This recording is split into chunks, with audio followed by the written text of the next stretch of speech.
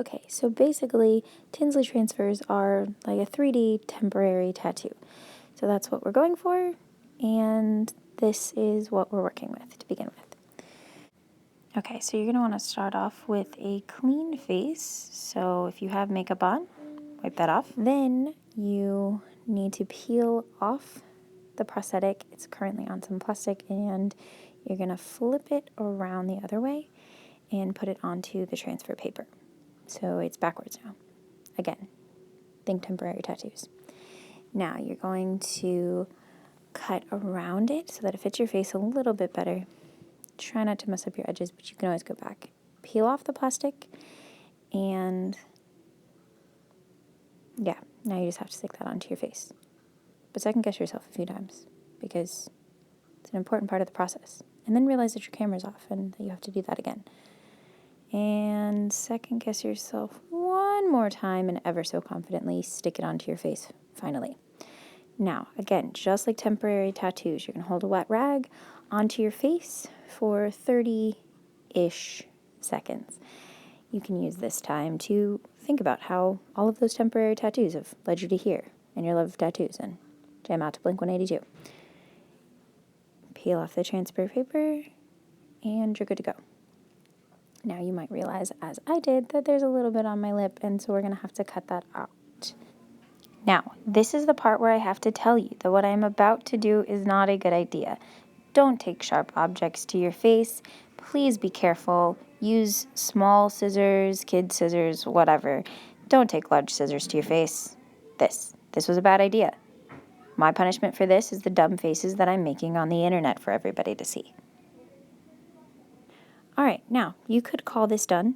It's not so bad. Put some powder on it and you're good to go. But if you're planning on being super fancy this Halloween, this isn't going to cut it. So bust out your grease paints. Take an off-white or a grayish color in this case and paint over those little teeth of yours, because I think if your face is falling off, your teeth aren't going to be so white and shiny. Now we're going to go back with a light red into the gummy parts, making them look gummy. And then we're going to take that same light red, sort of go around the edges, make it look a little bit irritated, and it's also going to help us blend that into more of a natural-looking skin color when we go back with some foundations. And then we're going to go in with a slightly darker red, just to add a little bit more texture, and then a dark red and a black mixed together, and that's just going to add some depth and a little bit of dimension, even though prosthetic sort of has that already. This is just going to accentuate that a little bit more. And then I'm going to go in with some foundation, sort of blend that all together, make it look like my skin and stuff. And then powder that so it stays in place all night, or, for the next 10 minutes while I take pictures of it. Now, I went in and started to remove this and peel out my edges, and then I realized I probably should show you it a little bit closer and then show you that it's super, super easy to remove. All you have to do is peel up the edges like I started to do, and then roll it back onto itself. Super easy, super clean. You could have added fake blood if you wanted. I didn't. And take off all those little extra bits, and you're good to go. And then get really excited because your makeup only took you half an hour, and you might get to sleep like a normal person.